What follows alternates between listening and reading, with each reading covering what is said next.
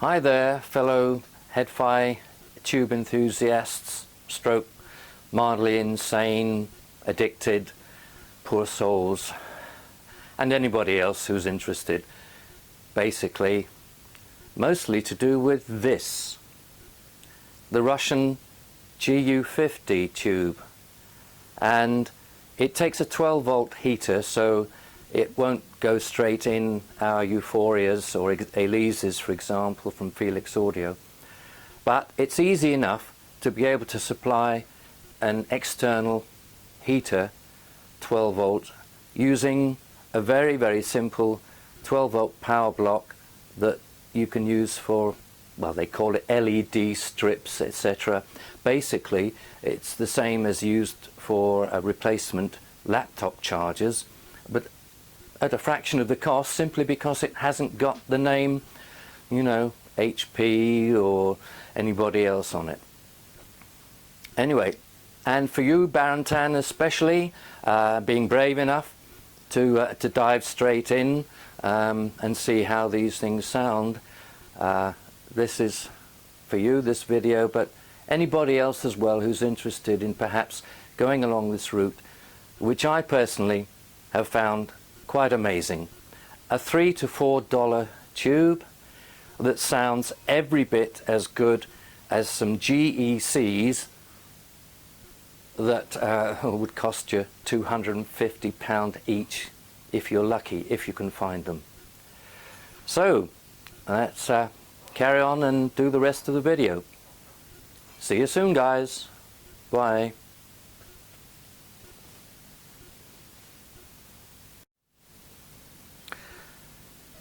Okay guys, so this is the wonderful Russian GU50, built like a tank, which you'd expect for military use. Not just built like a tank, but using materials that apparently were so expensive that it wasn't released for the commercial market in any great quantities at all. So that says something for the quality of its construction, at least. As you can see, there is that raised section along the side of the tube which indicates where it fits into the socket. It is in fact the cathode position, and this aluminium top comes off quite easily. I'll show you later on how to prise that off. Okay, let's continue with something else now.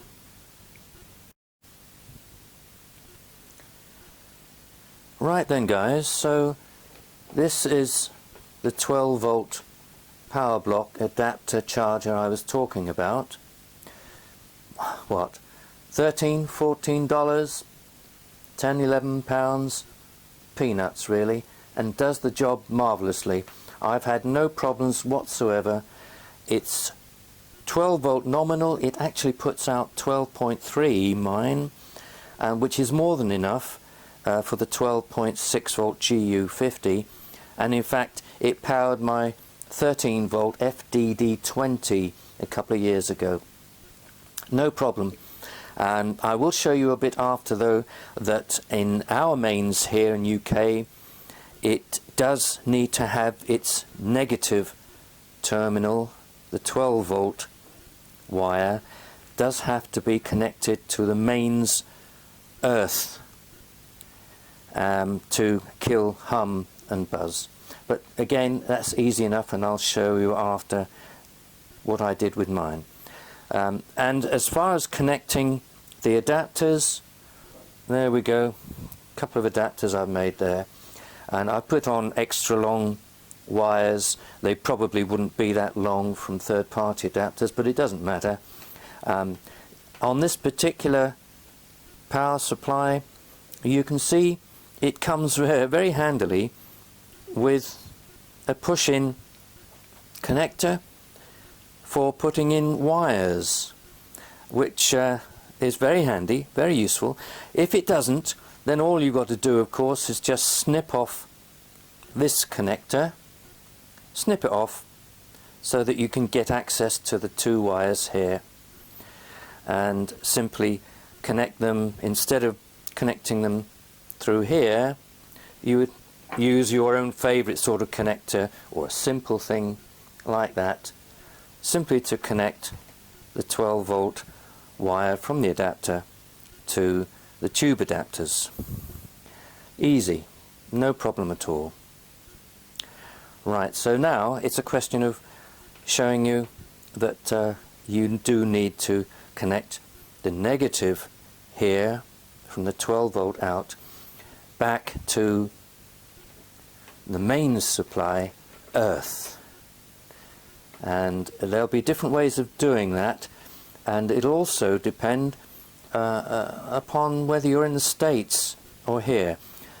Some outlets in the States seem to have a 3-pin with an earth already there. For 2-pin plugs, I'm not sure how your mains earthing works, so you would need to look into that and find out where you would need to attach the negative wire from here, and I'm sure you can do that easily enough.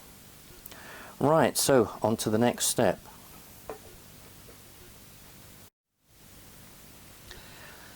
Right, so what we have here, the heater wires from the adapters into the 12 volt DC connector here. That one is negative, that one's positive. It's hard to see, but it is put on there. As I said, if you don't have one of those with the 12 volt power block, then you would need to cut off that connector to get access to the 2 wires in here. So we connect the adapters, each one of course into positive, negative, and now this negative earthing wire that you must have.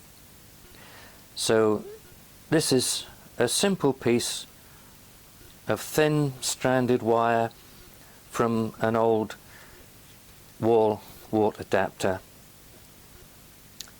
into the negative terminal of the 12 volt power supply lead, from the negative, and then through, I've been able to actually wedge it into the earth here of this 3-pin plug into the actual power block.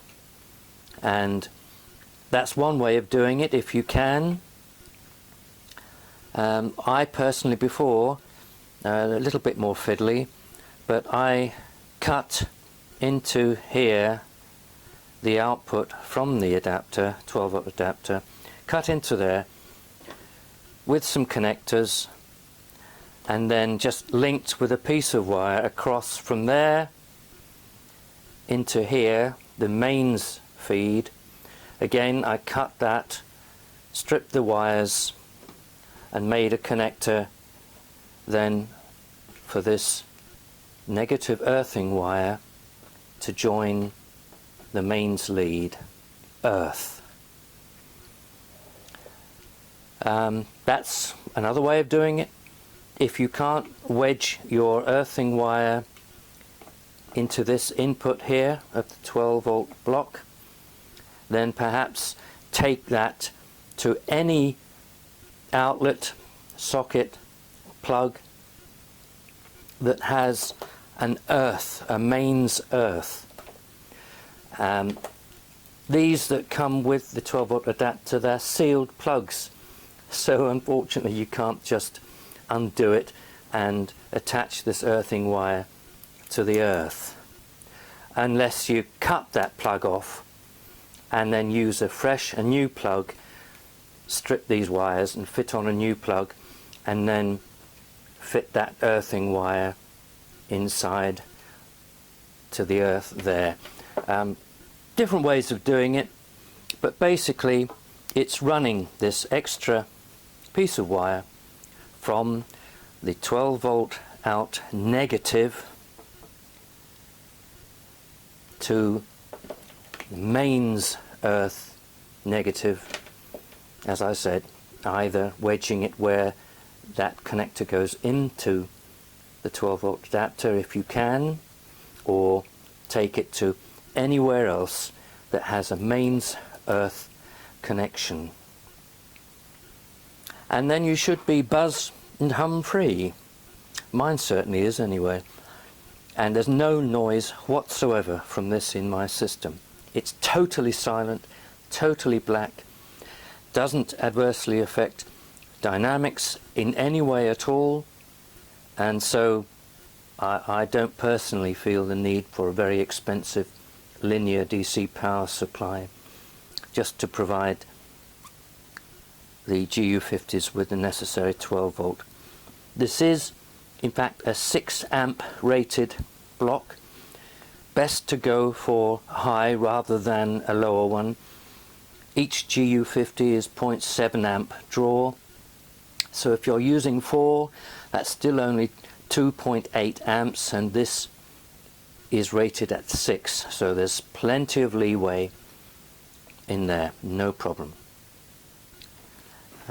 What I will show you here on the socket for the GU50, to make sure you put the tube in the correct way, they are in fact unevenly spaced, so there are in fact only 2 ways the tube will go in, but you want to make sure that it's going in the right one of those 2.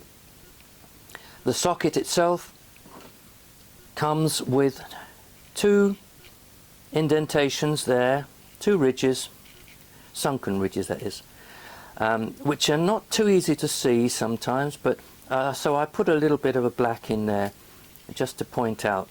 But where those little ridges are, that's where you slot the tube in with the raised section on the edge of the tube, remember?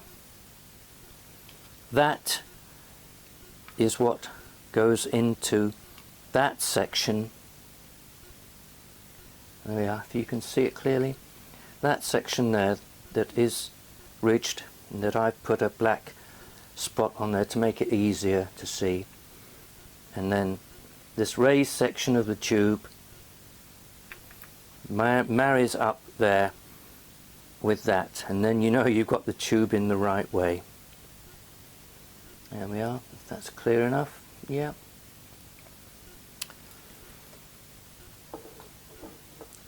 Right, I think that pretty well covers everything we need to know about providing the heater supply to the GU50 with this 12 volt power block.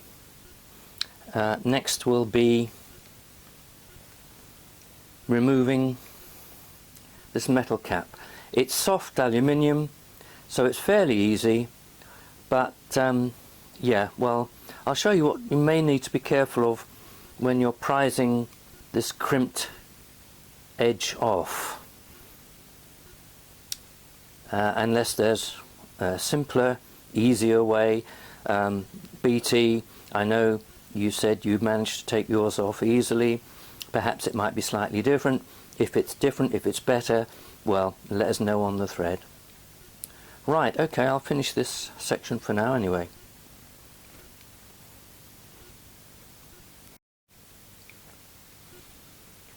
Okay then guys, so removing this top metal cap. There is this crimped section here around the edge, and it's quite soft, so with a very small, it's like a watchmaker's screwdriver there, just gently push it under the edge and work it up. I do it by this raised section because then there'll be a little gap on either side of it, give a little bit more room for the little pliers to snip this piece away. Anyway, so let's have a look. Just gently wedge that up.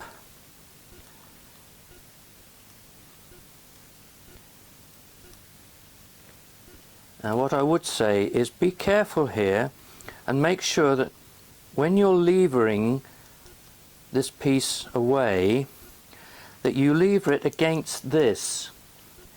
Don't push that down too far, or you might end up levering against the glass, and of course there's a good chance you might crack it. So keep levering this up and wedged against this central circle, levering it up like that. Okay, is that clear enough? Now you can see the gap developing there. I'm still near this raised section here, and just keep levering it away. Perhaps go round a little bit further like that, and a little bit more. As I said, all the while only making sure you lever against this. Don't push this down too far to the glass or you're in trouble. So levered it away like that. Get that gap wide enough just there. And then with some very small pliers, again careful not to lever against the glass underneath there if you can, and just gradually snip away at this aluminium. It's very soft. Yeah, can you see it there all right? So just gradually keep snipping away. Do it gently, take your time. The main thing is just to avoid any kind of levering against the glass of the tube. So let's come back here again. As you can see, there's still the gap there for some very small pliers to get in. Just work away at it. Can you see that all right? Work away, gradually working away. Just a little bit more. Do it gently. Take your time. Stay away from the glass. And then, hey presto, off it comes. Easy peasy. As long as you're careful with that levering, stay away from the glass. Right, okay, I think that's it for now, guys. So I just wish you all good luck with this, and once you've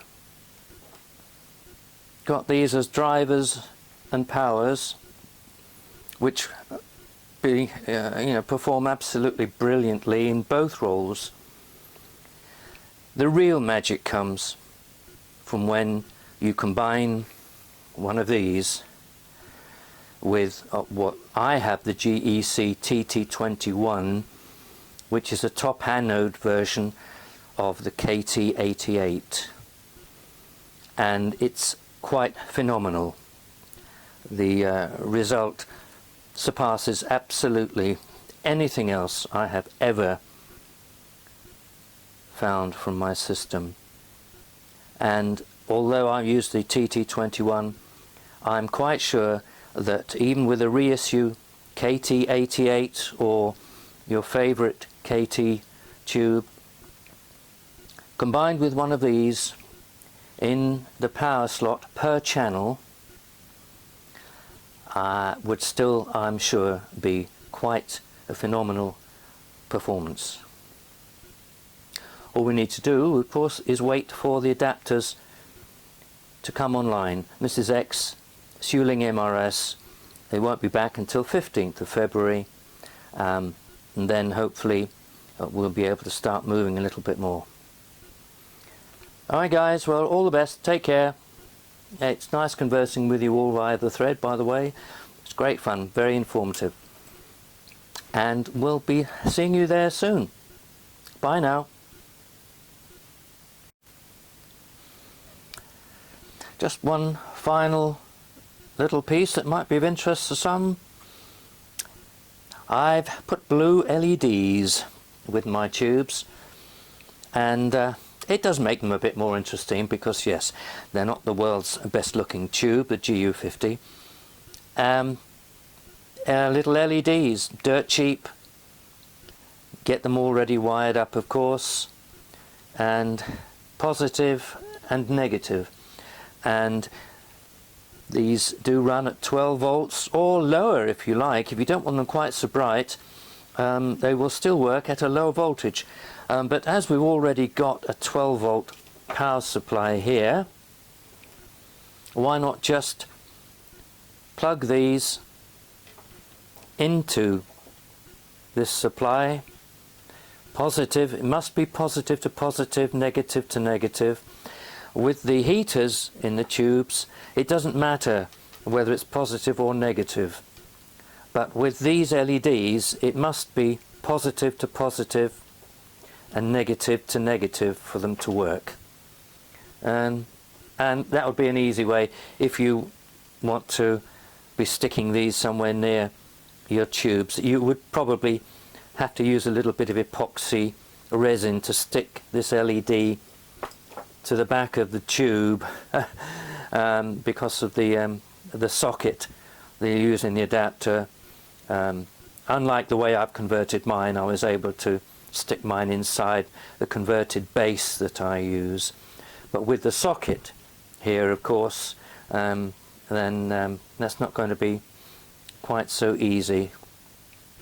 Although, now that I look at it, in mine I could probably push it through there, but with a third-party adapter there wouldn't be a big enough gap for you to be able to get that inside to shine up. But just epoxied to the back of the tube would still give a nice blue glow. Experiment if you so wish. Right, cheerio again. Bye, guys. Okay then, guys, so finally just a quick look at my final setup. 4 powers, and that is each channel GU50 and a GEC TT21, basically KT88, and 2 GU50 drivers.